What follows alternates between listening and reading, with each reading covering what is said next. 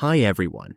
In today's tutorial, we will show you how to share Figma files with clients and developers so we can collaborate smoothly and manage access professionally. On the Figma dashboard, when we want to share a Figma design or project or collaborate with someone, all we need to do is choose the design we want to share. Let's use this design as an example.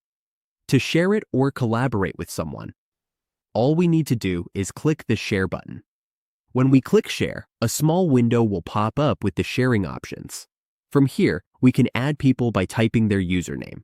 Once we enter their username, we can choose their role, whether they can edit or just view the file. Then we simply click Invite.